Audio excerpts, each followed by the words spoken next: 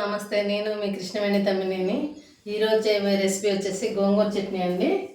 ఎర్ర గోంగూర తీసుకున్నాను. గోంగూర చట్నీకి కావాల్సిన పదార్థాలు చేసే విధానం చూపిస్తాను.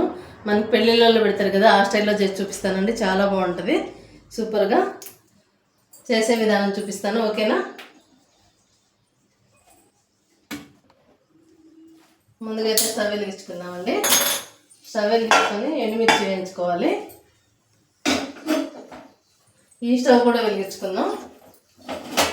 ఈ స్టవ్లో అయితే పల్లీలు వేయించుకోవాలి. ఎండుమిర్చి అయితే ఇన్ని తీసుకున్నానండి నేను. ఇది ఎర్ర గోంగూర తీసుకున్నాను. పులుపు ఎక్కువ ఉంటుంది, పులుపుకు సరిపోను ఎండుమిర్చి తీసుకోవాలి. లేకపోతే ఎండుమిర్చి తక్కువ వేస్తే పుల్లగా ఉంటుందండి చట్నీ.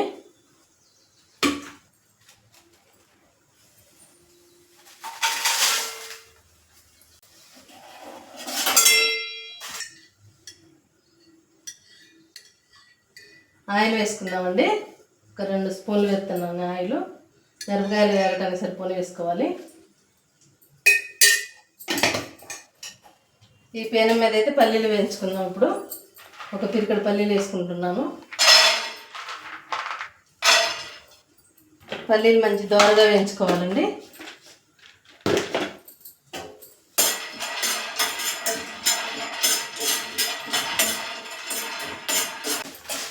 మంచి దోరగా వేయించుకోవాలి, అప్పుడే చట్నీ చాలా బాగుంటుందండి. ఇందులో కొంచెం జీలకర్ర వేసుకుందాం. ఇప్పుడు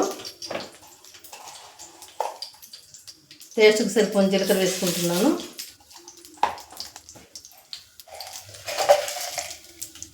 ఒక స్పూను ధనియాలు వేసుకుందాం.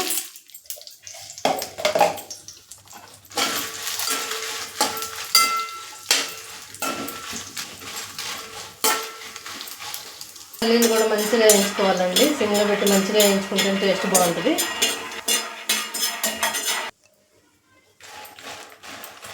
చూడండి, ఇలా వేయించుకోవాలి. ఇప్పుడు స్టవ్ ఆఫ్ చేసుకుందాం. పల్లీలు కూడా స్టవ్ ఆఫ్ వేసుకుందామండి. ఇవి మిక్సీలోకి తీసుకుందాం. ఇవి 2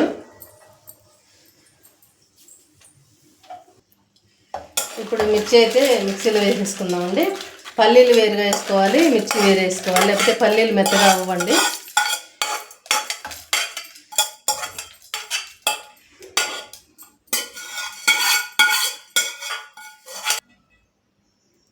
పల్లీలు అయితే చిన్న మిక్సీలో వేసుకున్నాం. ఇప్పుడు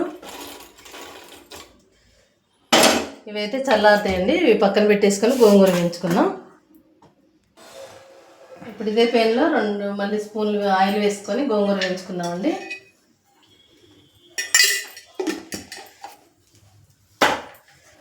గోంగూర అయితే నేను 2 కట్టలు తీసుకున్నానండి. ఇంత అయింది.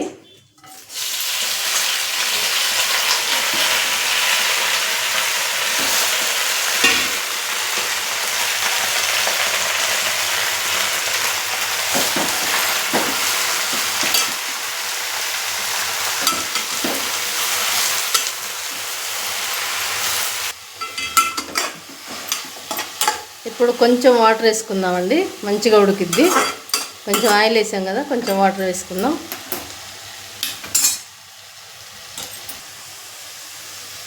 కొంచెం వాటర్ వేసుకుందామండి, సరిపోతాయి. ఇప్పుడు ఒక 2 నిమిషాలు ఉడికించుకుందాం వాటర్ తోటి.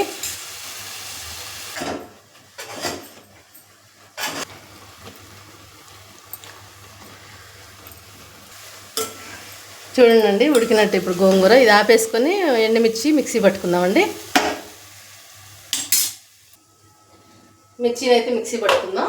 పల్లీలు మిర్చి విడివిడిగా పట్టుకోవాలి మిక్సీ, అప్పుడే బాగుంటుంది.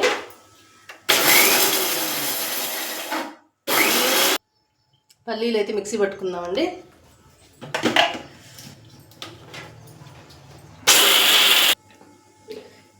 ఎండుమిర్చి అయితే ఇట్లా కచ్చాపచ్చగా పట్టుకోవాలండి. మరి మెత్తగా అయిపోతే అంత టేస్ట్ ఉండదు. ఈ పప్పులు తగులుతుంటేనే టేస్ట్ బాగుంటాయి.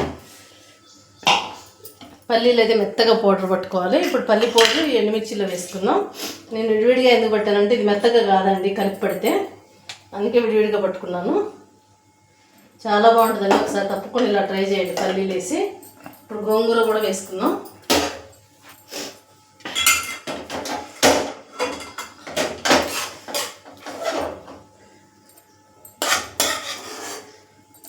ఎర్ర గోంగూర కాబట్టి మిర్చి ఎక్కువ వేసానండి, లేకపోతే అన్ని మిర్చి అయితే పట్టవు. ఇప్పుడు టేస్ట్కి సరిపడినంత సాల్ట్ వేసుకుందాం. గోంగూర పులుపు ఉంటుంది కాబట్టి 2 స్పూన్లు వేసుకోవాలండి ఉప్పు అయితే. మళ్ళీ సరిపోతే చూసుకొని వేసుకుందాం. మళ్ళీ ఒకసారి మిక్సీ పట్టుకుందాం.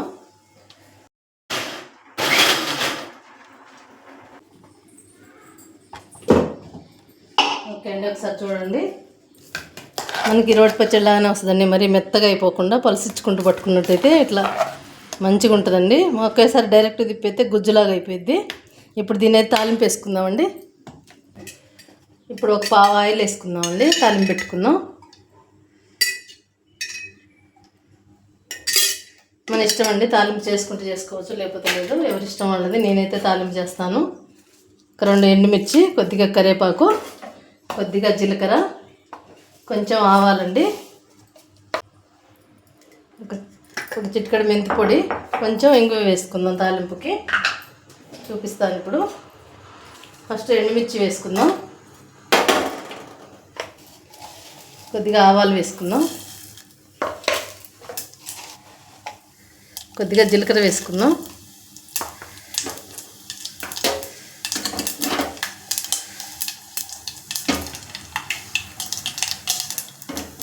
ఇప్పుడు కొద్దిగా కరివేపాకు వేసుకుందాం, 2 రెమ్మలు. ఇది ఆపేసుకున్న తర్వాత ఇంగువను మెంతి పొడి వేసుకుందాం. వేడి మీద వేసుకుంటే చేదు ఎక్కువ అవుతుందండి. కొద్దిగా ఇంగు వేసుకుందామండి. ఇంగు వేసుకుంటే చట్నీ ఏ చట్నీ అయినా టేస్ట్ బాగుంటుందండి. కొద్దిగా మెంతి పొడి. ఇప్పుడు ఈ తాలింపు ఈ చట్నీలో వేసేసుకుందాం.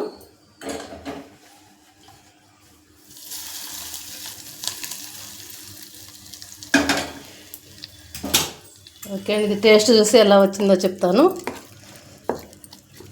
ఉప్పు అయితే మనం ఫస్ట్ వేసుకుందండి.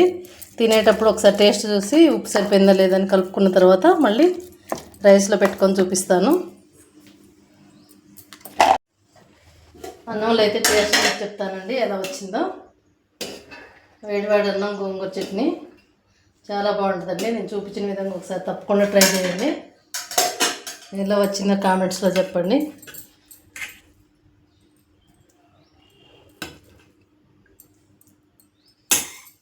కొద్దిగా నెయ్యి వేసుకున్నాం దీని మీద.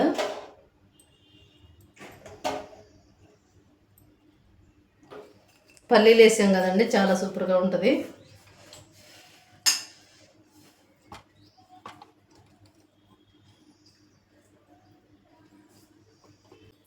చాలా బాగుంటుందండి ఇది చట్నీ. పప్పులో తినొచ్చు, ఆమ్లెట్ కాంబినేషన్లో తినొచ్చు. నెయ్యి వేసుకొని ఇలా అవుతుంది అని తినేచ్చండి, చాలా బాగుంటుంది.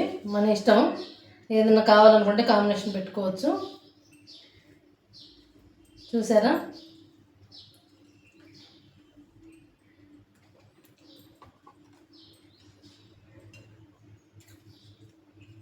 సూపర్గా ఉందండి. అన్నీ పర్ఫెక్ట్గా సరిపోయాయి, చాలా బాగుంది. తప్పకుండా ఒకసారి నేను చూపించిన విధంగా ట్రై చేయండి. ఎలా వచ్చిందో కామెంట్స్లో చెప్పండి. ఈ చట్నీ ఎవరికైనా ఉపయోగపడవచ్చు, ట్రై చేయడానికి. మీ ఫ్రెండ్స్కి, ఫ్యామిలీ మెంబర్కి షేర్ చేయండి. ఓకే అండి, బై బై అండి. నెక్స్ట్ వీడియోలో మళ్ళీ కలుద్దాం.